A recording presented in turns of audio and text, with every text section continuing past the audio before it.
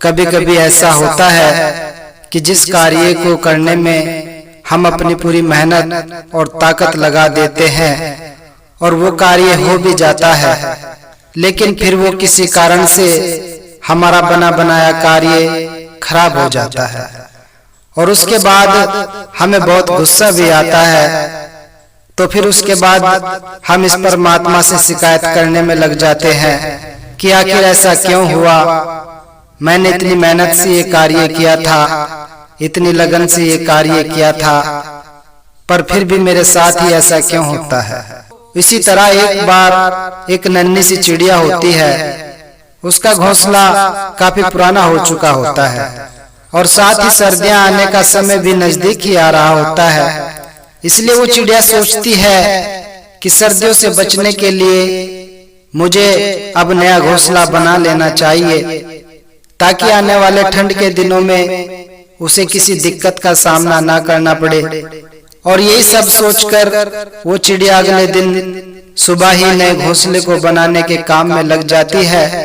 और पास के ही एक खेत से वो छोटे छोटे तिनके चुनकर लाने लगती है और फिर इसी काम को करते करते उसको सुबह से शाम हो जाती है और अंततः आखिर में उसका घोंसला बनकर तैयार हो जाता है। लेकिन उस चिड़िया का अभी भी अपने पुराने घोंसले से अत्यधिक लगाव होने के कारण वो सोचती है कि चलो आज की आखिरी रात अपने उसी पुराने घोंसले में ही गुजारी जाए और फिर कल सुबह से अपने नए घोंसले में अपना नया आशियाना बनाऊंगी। यही सोचकर वो चिड़िया अपने पुराने घोंसले में सोने के लिए वापस चली जाती है और वहीं पर सो जाती है। फिर जैसे ही अगली सुबह हुई और वो चिड़िया जब अपने नए घोंसले की तरफ उड़कर चल देती है, पर जैसे ही वो चिड़िया अपने नए घोंसले के स्थान पर पहुंचती है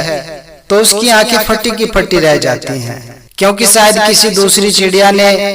उसके नए घोंसले को रात में ही उजाड़ दिया था। तो अपने नए घोंसले का ये हाल देखकर उस चिड़िया की आंखें भर आती हैं और वो बहुत मायूस भी हो जाती है,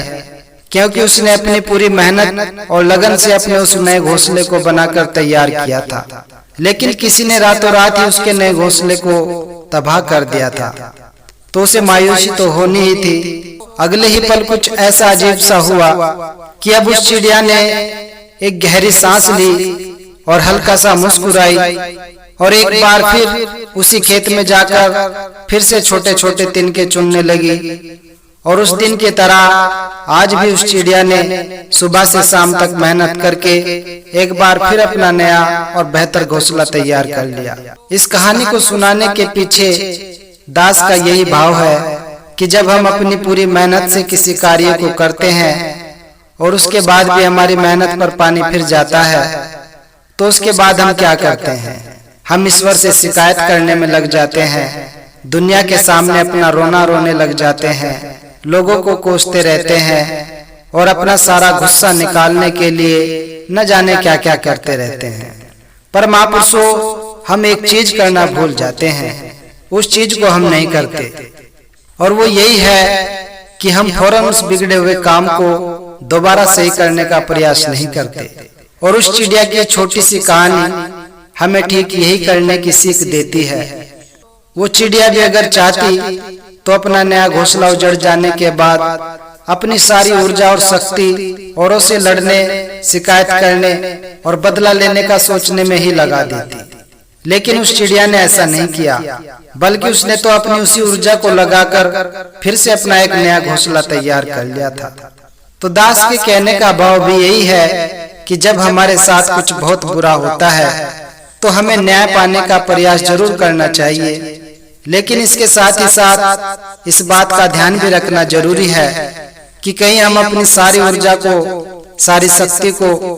अपने गुस्से और शिकायत करने में ही ना गंवा दें, क्योंकि अगर हम ऐसा करते हैं तो ऐसा करने से हमारी शक्ति का, ऊर्जा का ज्यादा से ज्यादा नुकसान होता है और हमारी सारी शक्ति और ऊर्जा ऐसे ही बेकार में व्यर्थ हो जाती है। अब दास अंत में बस यही कहना चाहता है कि अगर कोई बड़ी बात ना हुई हो तो उसे अनदेखा करते हुए ही फिर अपने उसी काम को दोबारा करने में लग जाएं और अपने जीवन के सफर में आगे से आगे बढ़ते जाएं।